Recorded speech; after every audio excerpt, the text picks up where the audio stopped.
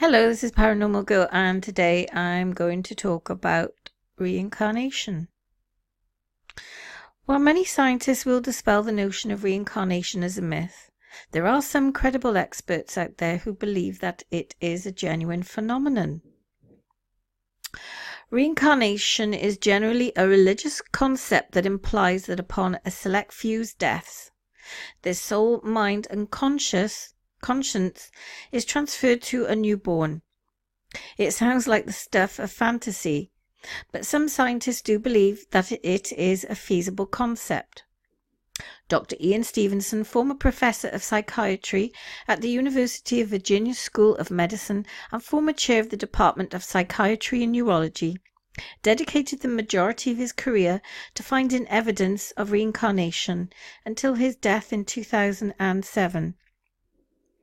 Dr. Stevenson claims to have found over 3,000 examples of reincarnation during his time, which he shared with the scientific community. In a study titled Birthmarks and Birth Defects Corresponding to Wounds on Deceased Persons, Dr. Stevenson used facial recognition to analyze similarities between the claimant and their alleged prior incarnation, while also studying birthmarks. He wrote in his study about 35% of children who claim to remember previous lives have birthmarks or birth defects that they or adult informants attribute to wounds on a person whose life the child remembers. The cases of 210 such children have been investigated. The birthmarks were usually areas of hairless, puckered skin. Some were areas of little or no pigmentation. The hypopigmented mascules were other areas of increased pigmentation, hyperpigmented nevi. The birth defects were nearly always of rare types. In cases in which a deceased person was identified, the details of whose life unmistakably matched the child's statement.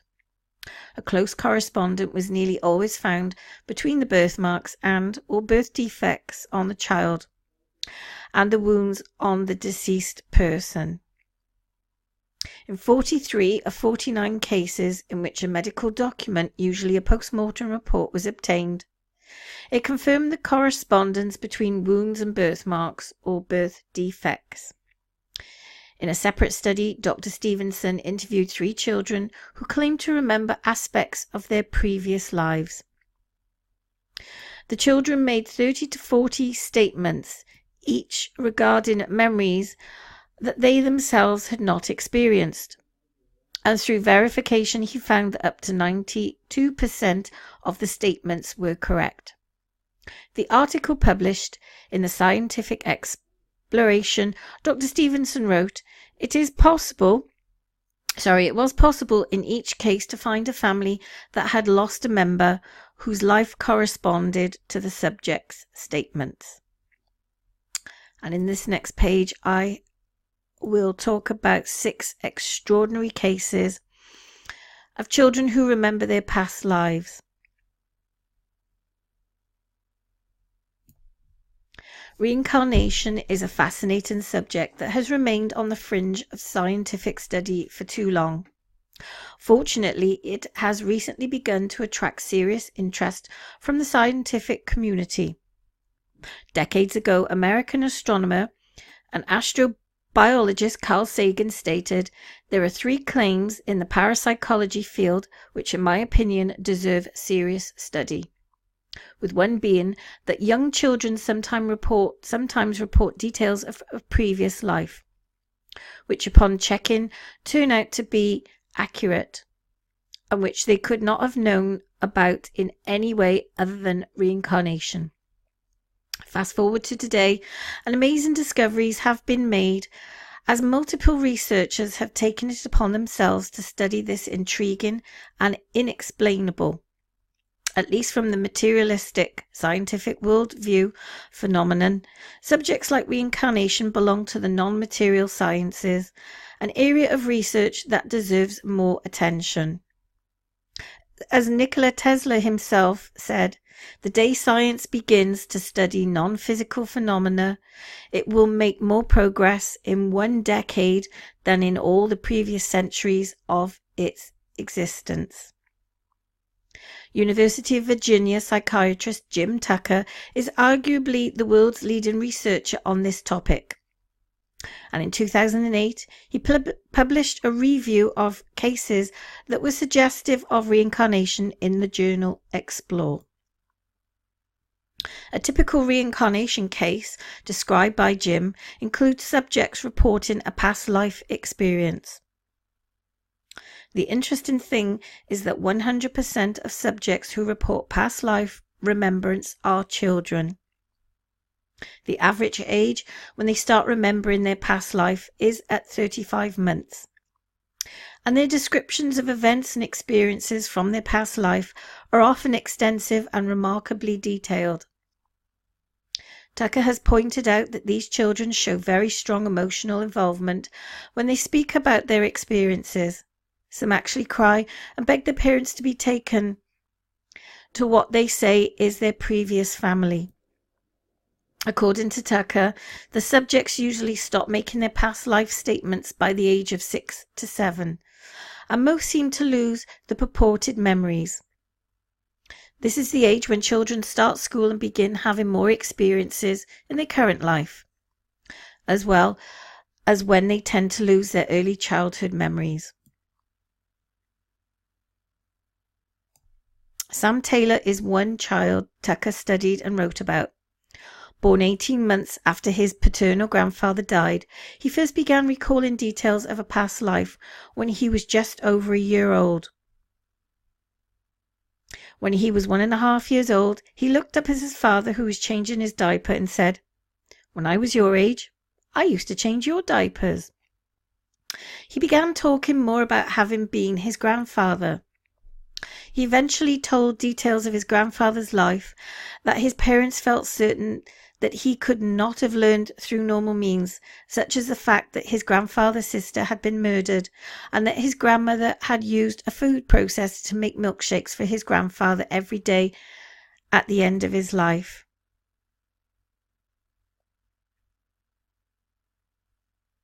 Ryan, a boy from the Midwest.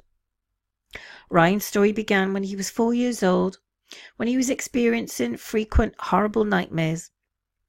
Once he turned 5, he made an announcement to his mother, and he told her, "I used to be somebody else."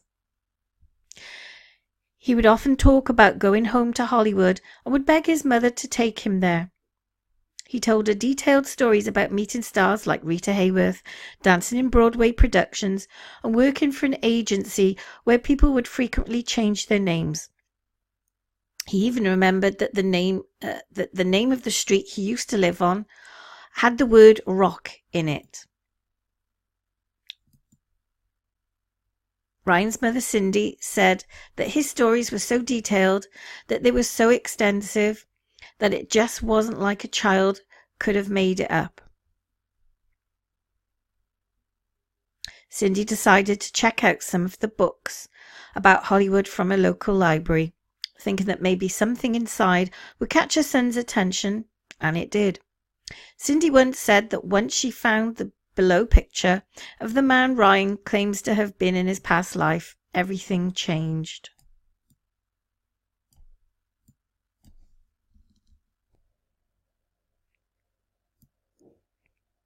They decided to seek Tucker's help, who took on the case and started his research. After only approximately 2 weeks, a Hollywood film activist was able to confirm the identity of the man in the photo. The picture was from a film titled Night After Night, and the man was Marty Martin, who had been a movie extra and then later became a powerful Hollywood agent before passing away in 1964. Martin had in fact danced on Broadway, worked at an agency where stage names were often created for new clients, travelled overseas to Paris, and lived at 825 North Roxbury Drive in Beverly Hills. These were all the details that Ryan was able to communicate to Tucker before they learned the identity of who he described. For example, Ryan knew that the address had rocks in it. Ryan was also able to recall how many children Martin had and how many times he was married. More remarkable still is the fact that Ryan knew Martin had 2 sisters, but Martin's own daughter did not. Ryan also remembers an African-American maid Marty and his wife employed several. These are just a few of 55 incredible facts that Ryan can remember from his previous life as Marty Martin. Though as he ages, his memory becomes increasingly dim.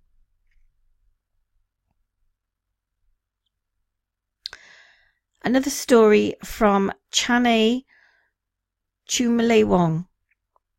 Chanay is a boy from Thailand who, when he was 3 years old, began saying that he had been a teacher called Buakai, who had been shot and killed as he rode his bike to school. He pleaded and begged to be taken to Buakai's parents, who he felt were his own parents. He knew the village where they lived and eventually convinced his grandmother to take him there, according to the research. His grandmother reported that after they got off the bus, Chennai led her to a house where an older couple lived. Chennai appeared to recognize the couple, who were the parents of Buakai Lornak, a teacher who had been shot and killed on the way to school 5 years before Chennai was born. The fascinating thing is that Kai and Chennai had something in common. Kai, who was shot from behind, had small round wounds on the back of his head, typical of an entry wound, and a larger exit wound on his forehead. Chennai was born with 2 birthmarks, a small round birthmark on the back of his head and a larger irregularly shaped one towards the front. And there's another case of PM. PM was a boy whose half-brother had died of neuroblastoma 12 years before his birth. The half-brother was diagnosed after he began limping and then suffered a psychological fracture to his left tibia. He underwent a biopsy of a nodule on his scalp just above his right ear and received chemotherapy through a central line in his right external jugular vein. At the time of his death, he was 2 years old and blind in his left eye. PM was born with 3 birthmarks that matched the lesions of his half-brother, as well as a swelling 1 centimetre in diameter above the right ear and dark slanting mark on the lower right anterior surface of his neck.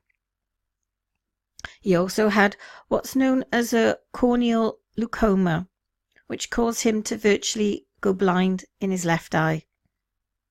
As soon as PM started to walk, he did so with a limp, sparing his left side, and around the age of 4.5 years old, he spoke to his mother about wanting to return to his family's previous home, describing it with great accuracy. He also spoke of his brother's scalp surgery, even though he had never been told of it before. Kendra Carter. When Kendra began swimming lessons at the age of 4, she immediately developed an emotional attachment to her coach. Shortly afterwards, she started her lessons. She began saying that the coach's baby had died and that the coach had been sick and pushed her baby out. Kendra's mother was also at her lessons, and when she asked Kendra how she knew these things, she replied, "I'm the baby that was in your tummy." Kendra went on to describe an abortion, and the mother later found out that the coach had indeed had an abortion 9 years before Kendra was even born. Kendra became happy and bubbly when she was with the coach, but quite otherwise, and her mother let her spend more and more time with the coach until she was staying with her 3 nights a week. Eventually, the coach had a falling out with Kendra's mother and cut off contact with the family. Kendra then went into a depression and did not speak for 4.5 months. The coach re-established more limited contact at that point, and Kendra slowly began talking again and participating in activities.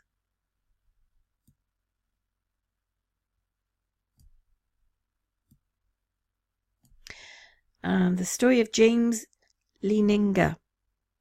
At the time of this case, James was a 4-year-old boy from Louisiana, and he believed he was once a World War II pilot who had been shot down over Iwo Jima, an island that the United States fought to capture in 1945. His parents first realized this when James started to have nightmares, waking up and screaming, "Airplane crash" and "plane on fire." He knew details about the World War II aircraft that would be impossible for a youngster to know. For example, when his mother referred to an object on the bottom of a model plane as a bomb, she was corrected by James, who informed her that it was a drop tank. In another instance, he and his parents were watching a documentary, and the narrator called a Japanese plane a Zero. When James insisted that it was Tony, in both cases James turned out to be right. James also insisted that in his previous life he had flown off a ship named the Natoma, which the Leiningers discovered was a World War II aircraft carrier, USS Natoma Bay. James said that his previous name was also James, and shockingly, in the USS Natoma Bay Squadron, there was a pilot named James Houston, who had been killed in action over the Pacific Ocean. Dr. Tucker obtained additional documents for several of James Leininger's statements, and they were made before anyone in the family had even heard of James Houston or the USS Natoma Bay. Ask yourself, how could a 2-year-old in Louisiana remember being in World War II and a pilot being shot down over the Pacific? The biggest skeptic of this case was the boy's father, who remarked that he was the original skeptic, but the information James gave us was so striking and unusual, and if anyone wants to look at the facts and challenge them, they're welcome to examine everything we have, says the source. And here is a diagram of Tucker's hypothesis on how reincarnation could exist. I'll leave the link in the description, and if you wish to come to this page and read it, you're more than welcome to. So the person who wrote this article, my take on reincarnation. I personally wholeheartedly believe that reincarnation is real, but I don't think it's the only option for what takes place after death. I believe some souls can reincarnate, as we've seen before, in another life. I also believe some can reincarnate onto other planets, as beings we would consider to be alien. Furthermore, I believe reincarnation is just one option for a soul. Perhaps they have the option to travel to other dimensions and experience a life there, or to completely forego reincarnation and experience life in a non-physical realm, free from the physical body. Perhaps a soul must continue to reincarnate until certain lessons are learned to move to another level. I also believe there is a common place where all souls come from. So perhaps some of us go there. I believe, as Plato did, that when the soul enters into a physical body, it forgets where it came from and has no recollection of that previous existence or experience. I don't believe this material world is the only one in existence. There are worlds out there that are beyond our physical senses. Perhaps we come to know them in the afterlife. I can only speculate, of course, but I truly don't think reincarnation is the only option for a soul leaving its body. Perhaps the soul has a choice to reincarnate. Perhaps there are other options as well.